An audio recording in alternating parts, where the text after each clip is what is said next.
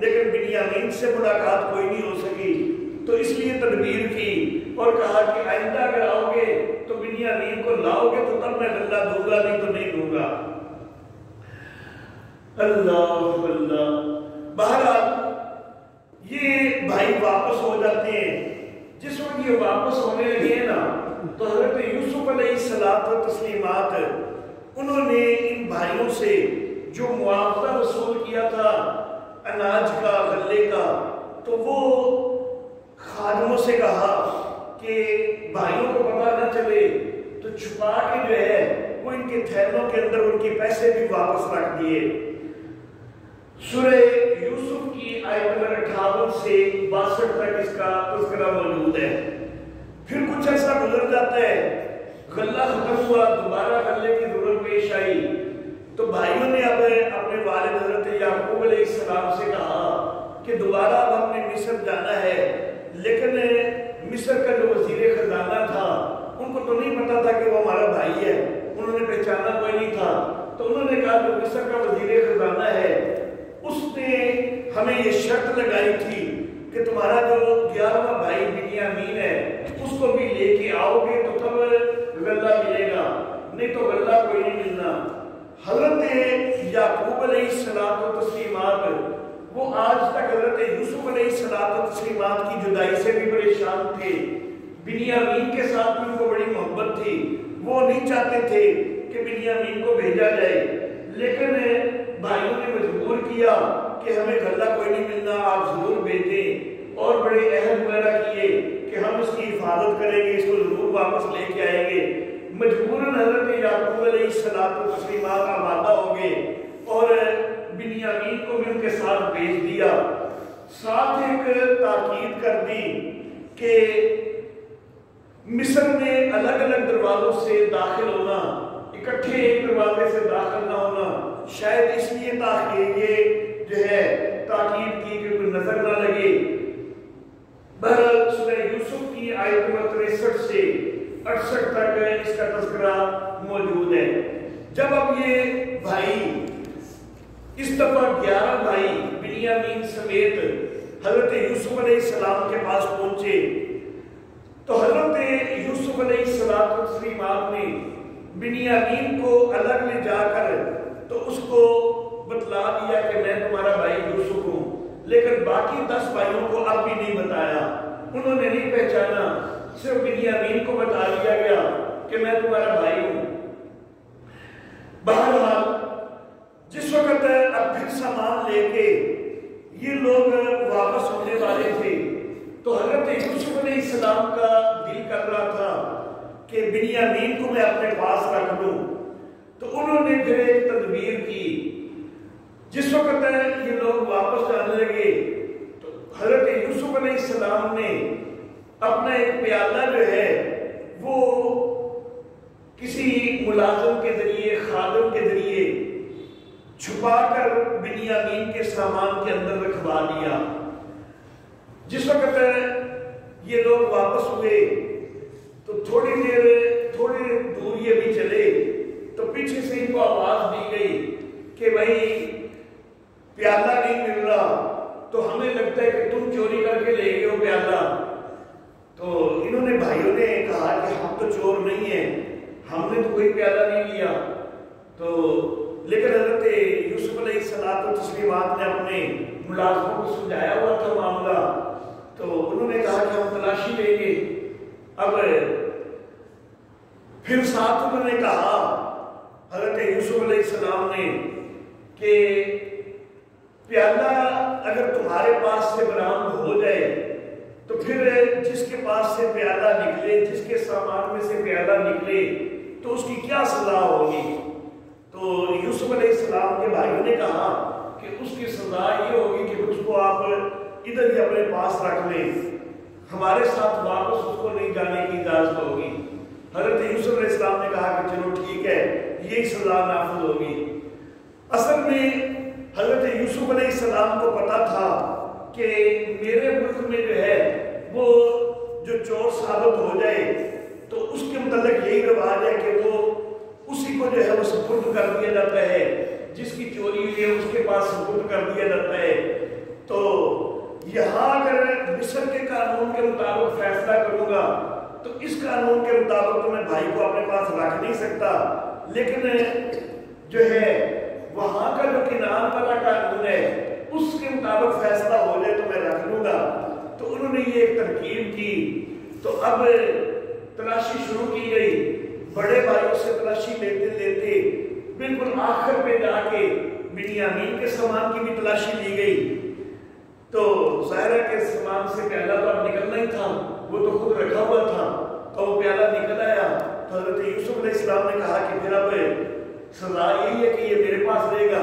اب بنیامین کو پیالے کا تو خیر پتہ کوئی نہیں تھا، لیکن اس کو یہ تو پتا تھا کہ یہ میرے بھائی ہے یوسف علیہ السلام، تو وہ تو اندر سے دل سے مطمئن نہیں تھا کہ اگر میں ادھر بھی رہ جاؤں تو مجھے کوئی حرج نہیں ہے۔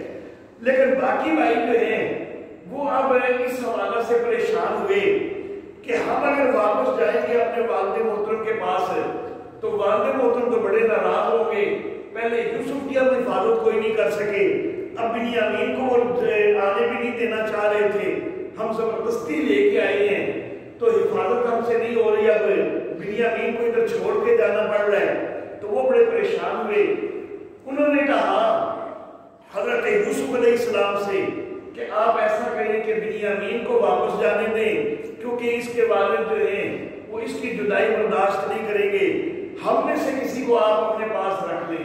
حضرت یوسف علیہ السلام نے کہا کہ بھائی پیالہ اس کے سامان میں سے برآمد ہوا ہے، تو جس کے سامان سے پیالہ برآمد ہوا ہے تو جو سزا تمہارے اپنے قانون کے مطابق ہے وہ اس کو ملنی چاہیے نا، میں پیالہ کسی اور سے برآمد ہو رہا اور سزا کسی اور کو دوں تو میں کوئی انصاف کے سے ہٹ کے تو کرنے والا نہیں ہوں، تو میں تو اسی کو اپنے پاس رکھوں گا کہ جس کے پاس سے پیالہ برآمد ہوا ہے۔ اب وہ مجبور ہو گئے بنیامین کو چھوڑنے پر، لیکن جو بڑا بھائی تھا نا تو وہ باقی بھائیوں سے 9 بھائیوں سے کہنے لگا کہ بھائی میرے اندر تو اس طرح ہمت نہیں ہے واپس جا کے اپنے باپ کے سامنے حاضر ہونے کی، تم لوگ چلے جاؤ اور جا کے سارا معاملہ لینا اپنے والد کو جو ہے وہ بتلاؤ، میں تو ادھر ہی رہوں گا۔ تمہارا باقی لوگ جو ہیں وہ 9 لوگ جو ہیں وہ واپس آ گئے۔ اللہ اللہ، جس وقت یہ حضرت سورہ یوسف کی آیت نمبر 69 سے 82 تک اس کا تذکرہ موجود ہے، جس وقت یہ واپس آتے ہیں اب بنیامین بھی موجود نہیں ان کے ساتھ، تو حضرت یعقوب علیہ السلام و تسلیمات اگرچہ پھر صبر تو کرتے ہیں، لیکن وہ پرانا حضرت یوسف علیہ السلام کی جدائی کا غم وہ بھی زیادہ جو ہے وہ دوبارہ سے جو ہے وہ تازہ ہو جاتا ہے، اور غم کی وجہ سے آنکھوں کی بینائی چلی جاتی ہے۔ پھر حضرت یعقوب علیہ السلام و تسلیمات اپنے بیٹوں سے کہتے ہیں کہ جاؤ جا کے مصر میں یوسف کو بھی تلاش کرو اور بنیامین کو بھی واپس لانے کی کوئی صورت پیدا کرو۔ بھائی اب تیسری دفعہ پھر جو ہے وہ مصر کی طرف جاتے ہیں، جب اس دفعہ مصر کی طرف گئے ہیں تو اب صورتحال یہ تھی کہ تنگ دستی زیادہ ہو چکی اور غلہ خریدنے کے لیے پیسے بھی پاس کوئی نہیں ہے، تو جا کے حضرت یوسف علیہ السلام ان کے سامنے جا کے بھائی عرض کرتے ہیں کہ اب تو ہمارے پاس پیسے بھی ختم ہو گئے ہیں لیکن غلہ تو ہمیں چاہیے ہے، تو آپ غلہ جو ہے وہ دے دیجئے، پیسے ہمارے پاس کوئی نہیں ہے، آپ پیسے ہمیں جو ہے شفقت کر دیجئے، مہربانی کر دیجئے، پیسے دے دیجئے، غلہ دے دیجئے۔ جس وقت بھائیوں کی یہ حالت دیکھی نا تو اب حضرت یوسف علیہ السلام و تسلیمات آپ کا دل بھر آیا، آپ غمگین ہو گئے کہ میرے بھائیوں کی یہ صورتحال ہو چکی ہے، تو اب انہوں نے اظہار کر دیا، بھائیوں کو بتا دیا اور کہا کہ بتانے سے پہلے ان سے کہا کہ تم نے یاد کرو کہ اپنے بھائی یوسف سے کیا کیا تھا، تو وہ حیران ہوئے کہ ان کو یوسف کا کیسے پتا چلا، تو پھر انہوں نے غور کیا تو وہ پہچان گئے، تو حضرت یوسف علیہ السلام سے کہنے لگے کہ لگتا ہے کہ یوسف تو آپ ہی ہیں، تو حضرت یوسف علیہ السلام نے بتا دیا کہ ہاں میں یوسف ہوں۔ بہرحال حضرت یوسف علیہ السلام و تسلیمات نے بھائیوں کو معاف کر دیا۔ سورہ یوسف کی آیت نمبر 83 سے 92 تک اس کا تذکرہ موجود ہے۔ پھر سیدنا یوسف علیہ السلام و تسلیمات آپ نے اپنی قمیص دی کہ یہ جا کے میرے والد کے چہرے پر ڈالنا، ان کی بینائی جو ہے واپس آ جائے گی۔ تو یہ قمیص لے کر واپس آئے۔ دوسری طرف حضرت یعقوب علیہ السلام و تسلیمات، ان کو اللہ رب العزت نے الہامی انداز میں خوشبو پہنچا دی حضرت یوسف علیہ السلام کی، اور وہ کنان کے اندر بیٹھے وہ اظہار کر رہے ہیں کہ مجھے یوسف کی خوشبو آ رہی ہے، جبکہ قافلہ جو ہے مصر سے چلا ہے۔ سورہ یوسف کی آیت نمبر 93 سے 95 تک اس کا تذکرہ موجود ہے۔ بہرحال یہ قافلہ واپس پہنچا، واپس آ کے حضرت یوسف علیہ السلام و تسلیمات کا متعلق بتلایا کہ وہ زندہ موجود ہیں اور وہ تو وزیر خزانہ بنے ہوئے ہیں۔ پھر وہ قمیص جو اپنے والد کے چہرے کے اوپر ڈالی، ان کی بینائی واپس آ گئی۔ بیٹوں نے پھر معافی مانگی کہ ہم نے بڑا قصور کیا حضرت یوسف علیہ السلام کے حوالہ سے۔ پھر یہ سارے لوگ اب حضرت یوسف علیہ السلام کے والد یعقوب علیہ السلام بھی، ان کی اہلیہ بھی، یہ سارے جو ہے مصر کی طرف چلتے ہیں۔ حضرت یوسف علیہ السلام مصر کے اندر ان کا شاندار استقبال کرتے ہیں، اپنے والدین کو تخت کے اوپر جگہ بھی دیتے ہیں۔ مصر کے اندر جو ہے تعظیمی سجدہ کیا جاتا تھا، تو تعظیمی سجدہ بھی یہ بھائی بھی یہ سارے کرتے ہیں، والدین بھی۔ اور حضرت یوسف علیہ السلام و تسلیمات، ان کو وہ خواب یاد آ جاتا ہے جو انہوں نے بچپن میں دیکھا تھا کہ 11 ستارے ہیں، سورج ہے، چاند ہے، وہ مجھے سجدہ کر رہے ہیں۔ تو وہ خواب جو ہے وہ پورا ہو جاتا ہے۔ سورہ یوسف کی آیت نمبر 96 سے 100 تک اس کا تذکرہ موجود ہے۔ شریعت اسلامیہ کے اندر تعظیمی سجدہ جائز نہیں۔ حضرت یوسف علیہ السلام، حضرت یعقوب علیہ السلام، ان کی شریعت میں تعظیمی سجدہ جائز تھا تو وہ برل کیا گیا۔ حضرت یوسف علیہ السلام و تسلیمات اپنے بھائیوں کو، والدین کو، عزیز و اقارب جو بھی ساتھ آئے ہیں، ان کو مصر کے دارالحکومت میں، جس کو جشن کا علاقہ بھی کہا جاتا ہے، رامسیس بھی کہا جاتا ہے، تو اس کے اندر ٹھہراتے ہیں۔ تورات کے بیان کے مطابق 17 سال مزید حضرت یعقوب علیہ السلام زندہ رہے اسی علاقے میں، اور وفات کے قریب قرآن حکیم کہتا ہے اور تورات میں بھی موجود ہے کہ حضرت یعقوب علیہ السلام و تسلیمات، انہوں نے اپنے بیٹوں کو بلا کے توحید کے اوپر قائم رہنے کی وصیت کی۔ سورۃ البقرہ کے اندر آیت نمبر 133 کے اندر اس کا تذکرہ موجود ہے۔ حضرت یعقوب علیہ السلام و تسلیمات نے وفات کے قریب یہ وصیت کی کہ مجھے یہاں مصر کے اندر نہیں دفنانا، میرے آبائی علاقے کے اندر حضرت ابراہیم علیہ السلام، حضرت اسحاق علیہ السلام کی جہاں پر قبریں ہیں تو ان کے ساتھ مجھے دفنانا ہے۔ چنانچہ ان کی وفات پر حضرت یوسف علیہ السلام و تسلیمات کا جسد اطہر جو ہے وہ لے کے آتے ہیں اور کنعان کے علاقے میں آ کر تدفین کرتے ہیں، اور پھر تدفین کے بعد دوبارہ حضرت یوسف علیہ السلام مصر واپس چلے جاتے ہیں۔ تورات کے بیان کے مطابق یوسف علیہ السلام کی عمر مبارک 110 سال ہوئی، اور 110 سال کی عمر میں یوسف علیہ السلام و تسلیمات مصر کے اندر وفات پا جاتے ہیں۔ یہ بھی وفات کے وقت اپنے خاندان کے لوگوں کو وصیت کرتے ہیں کہ مجھے یہاں پر مصر میں دفن نہیں کرنا، یہ تورات کا بیان ہے۔ مصر میں دفن نہیں کرنا، بلکہ اللہ نے وعدہ کیا ہے کہ ارض فلسطین ہمیں حاصل ہوگی، ہمارے نسلوں کو حاصل ہوگی، تو جس وقت ارض فلسطین ہماری نسلوں کو حاصل ہو تو میری میت کو وہاں لے جانا اور میرے آبائی علاقے کے اندر جو ہے وہ دفن کرنا۔ تو تورات کے بیان کے مطابق پھر حضرت یوسف علیہ السلام و تسلیمات کی میت کو حنوط کر کے ان لوگوں نے محفوظ کر لیا اور تابوت کے اندر رکھ لیا۔ پھر جب حضرت موسیٰ علیہ السلام و تسلیمات کا دور آیا اور موسیٰ علیہ السلام کے دور تک بنی اسرائیل کے وہاں پر محکوم ہو چکے ہوئے تھے مصر میں، اور پھر ان کو حضرت موسیٰ علیہ السلام و تسلیمات بنی اسرائیل کو لے کر ہجرت کر کے اس علاقے کو چھوڑ کے نکلے ہیں، تو پھر اس وقت حضرت یوسف علیہ السلام و تسلیمات کی میت کا جو تابوت ہے تو اس کو بھی تورات بیان کرتی ہے کہ اس کو بھی وہ ساتھ جو ہے وہ اپنے آبائی علاقے